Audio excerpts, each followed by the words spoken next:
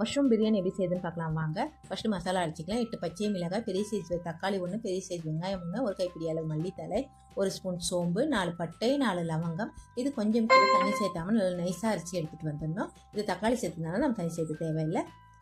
இப்போ வந்து தாளிச்சிக்கலாம். 150 ml எண்ணெய் ஊற்றிட்டு எண்ணெய் சூடாக கேஸை மீடியம் ஃப்ளேம் வச்சுட்டு 2 பட்டை, 2 பிரியாணி இலை, பெரிய சைஸ் வெங்காயம் 4 போட்டுட்டு நல்லா கண்ணாடி பதத்துக்கு வதக்கி விட்டுக்கணும். இஞ்சி பூண்டு விழுது 1 ஸ்பூன் சேர்த்துட்டு அதெல்லாம் பச்சை ஸ்மெல் போகிற வரைக்கும் வதக்கி விட்டுட்டு 4 பச்சை மிளகாய், 1 ஸ்பூன் மிளகாய் தூள், அரை ஸ்பூன் மஞ்சத்தூள் சேர்த்துட்டு நல்லா வதக்கி விட்டுடணும். உங்களுக்கு காரம் அதிகமாக தெரிஞ்சிச்சுன்னா மிளகாத்தூளை வந்து ஸ்கிப் பண்ணிக்கோங்க. நல்லா வதக்கிட்டு தக்காளி வந்து பெரிய சைஸ் 3 தக்காளி சேர்த்துட்டு அது நல்லா ஒரு 2 நிமிஷம் வதக்கிட்டு உப்பு தேவையான அளவு சேர்த்திக்கணும். கலந்து விட்டுட்டு அரிசி மசாலாவும் சேர்த்துட்டு நல்லா கலந்துக்கலாம். நான் மஷ்ரூமை வந்து க்ளீன் பண்ணி எடுத்து வச்சுருக்கேன். 2 பேக்கெட் மஷ்ரூம் எடுத்துருக்கேன். 300 கிராம் அரிசிக்கு 2 பேக்கெட் மஷ்ரூம் கரெக்டாக இருக்கும்.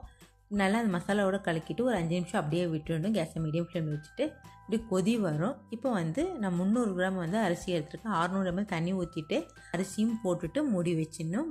மூடி வச்சுட்டு வெயிட் போட்டு 3 விசில் இல்லை 5 நிமிஷம் விட்டு கேஸ் ஆஃப் பண்ணிங்கன்னா சூப்பரான நம்மளோட மஷ்ரூம் பிரியாணி ரெடி ஆகிடுச்சு. கண்டிப்பாக நீங்களும் ட்ரை பண்ணிட்டு எப்படி இருந்துச்சு சொல்லுங்கள். நன்றி, வணக்கம்.